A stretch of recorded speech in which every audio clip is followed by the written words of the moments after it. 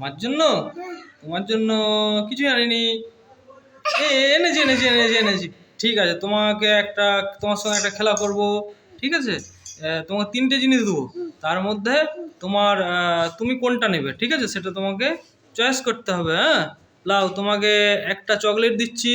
একটা চকলেট, দাঁড়াও তো, দাঁড়াও, আমাকে দিতে দাও।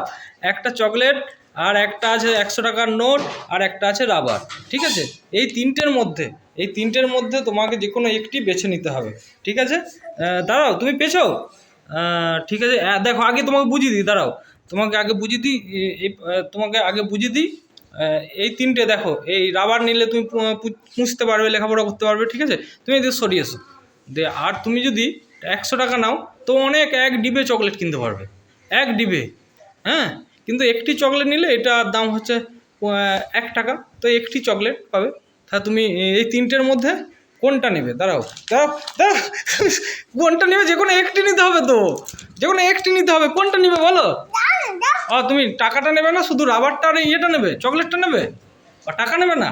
টাকা নিলে তো অনেকগুলো চকলেট পাওয়া হবে না। তুমি টাকা নেবে না বলো, টাকা নেবে না, শুধু হচ্ছে কি নেবে, ওই চকলেটটি আর রাবারটি নেবে। ও, তোমার কাছে টাকার কোনো মূল্য নাই, তাই তো? তুমি শুধু চকলেটটি পেলেই খুশি।